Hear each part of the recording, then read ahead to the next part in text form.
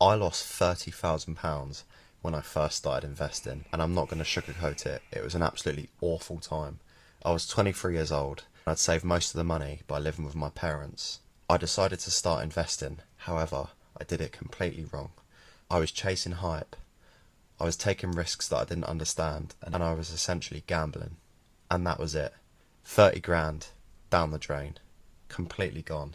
I was devastated, as £30,000 is an extortionate amount of money to anyone, especially a 23-year-old. Years later, and it did take years, I changed everything about how I invest.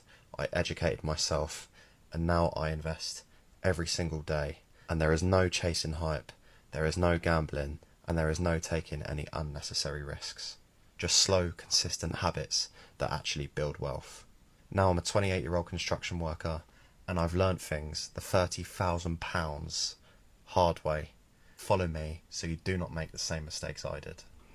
You know what? Credit to this guy, man. Hats off to him. Like, number one, he shows vulnerability, which I like. He shows your mistakes, shows that everyone's gone through it. I've gone through it. I've lost over 180k in investments, chasing the wrong things. But you learn from it. You learn from like the hype, because you get excited. You get excited on the shiny thing. You get excited on like, oh wow, I can do it again. And slow and steady wins the race. That's what it comes down to.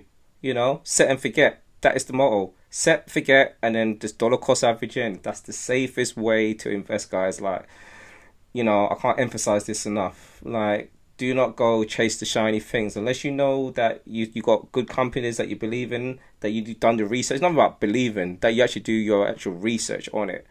Then by all means, then you can make a play. Or if you are going to make these calculated risks, by all means, just make sure that you have other assets, so you got that covered. So worst case scenario, if it's money that you're prepared to lose, you got other assets that can cover, your losses. But no, credit to the guy for being vulnerable on this. No. I ain't got no savings, I ain't gonna lie. There's a few reasons why. Number one, I just weren't financially literate growing up. And I feel like my family were financially literate, hence the fact they didn't teach me about savings. Number two, I feel like I invested so much time and money into investing in myself. So that's why right now I can do videography, photography. I got 2 media companies. I learned Muay Thai for like 7 years. So I traveled the world like learning and sharpening my tools for like MMA, Jiu-Jitsu, Muay Thai. So like now when I come back to London, I did a year in Bali, come back straight away because I got the skill set and I invested in my skill set. Straight away, PTs, booked to the full.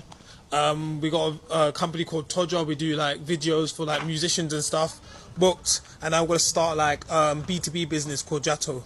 So investing in myself helped me, and I know the compound interest of me investing in myself later on in life when I need to do the savings and have all the skill sets and all the right mindset now to be even better with money, because I wasn't meant to have it before.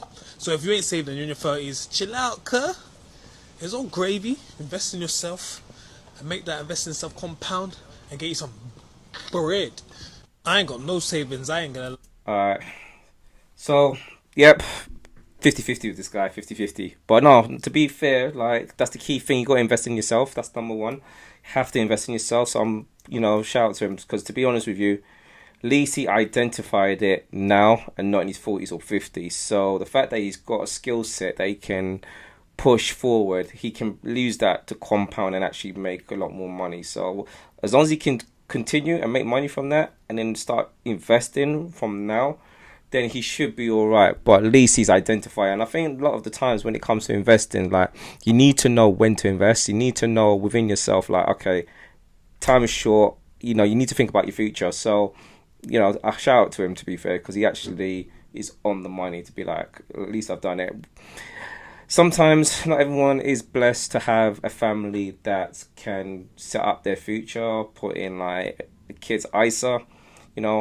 I never had one. A lot of my friends never had one. We learn on the go. It comes down to, you can't blame your parents. They only know what they know. But now that you know it, it's about just playing the cards that you dealt with. And now that you play the cards that you dealt with, then you can use that to leverage. And that's the key thing now. It's all about leveraging.